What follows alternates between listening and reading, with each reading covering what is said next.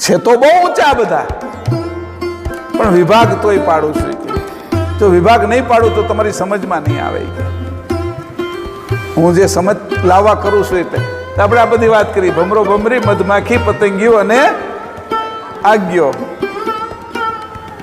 હવે અહીંયા કીધું આગળ કે આને જોઈ લો કે ઉજાસ કોણ કરે તો કે આમાં ઉજાસ કરે. મેં પાછું એવી રીતે જ ગોત્યું, પરમ ગુરુમાં મને હું જાણ આપે છે. બીનું પક્ષ ઉજાસ, આ એક બાજુનો ઉજાસ કરે છે. એ કયો છે કે લક્ષ. આજ્ઞો પ્રકાશ તો પોતાનો કરે છે ને, અને એને લક્ષ્ય છે ને કે એને જે ખાવું છે એના એ જ્યારે ત્યાં જાય છે, જોવે છે કીડા છે, મકોડા છે, એને જે ખાવાનો એનો ખોરાક હોય એની ઉપર એ પ્રકાશ કરે છે, એમાંથી એનો ખોરાક મેળવે છે આજ્ઞો. વળી બંધ થાય ને પાછું ખુલ્લે. એને કઈ પાવર હાઉસ બીજેથી કઈ લાવવાનું નથી, પોતાની અંદરથી પાછું બધું ગોઠવેલું સિસ્ટમ આખી. આપણે બેટરી ચાર્જ કરીએ, એને કઈ ચાર્જ કરવાની નથી હોતી. આવું કેટલું હોશિયાર હશે એ બધું. અને આવું ગોઠવવાની પરમ ગુરુની કેટલી જાણ છે કે આજ્ઞા નહીં હોતી પ્રકાશ આપ્યો. એ જો આજ્ઞો ન બનાવ્યો હોત તો આજે આપણે લેમ્પ ન ગોતીએ ક્યાં હોત.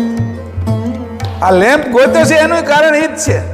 પ્રકાશ આપણે અહીંયા નીચે ઉતાર્યો છે એનું કારણ એ છે કે આજ્ઞા નામનું જીવડું છે એ હોતી જો પ્રકાશ કરતું હોય તો આપણે કેમ ના કરીએ. એટલે પહેલો પ્રકાશ આજ્ઞાએ કર્યો, પછી આપણે દીવો હળગાવવાની ખબર પડી કે દીવો પણ હળગે એમ, દીવા જેવો પ્રકાશ. આજ્ઞાએ મૂળ પ્રકાશ કર્યો પ્રકૃતિમાં, અને એ પછી આપણે સમજ્યા કે દીવો સળગે અને એમાંય પ્રકાશ થાય. એ દીવાની સમજ છે મનુષ્યને આવી છે, એ આજ્ઞા ઉપરથી આવી છે.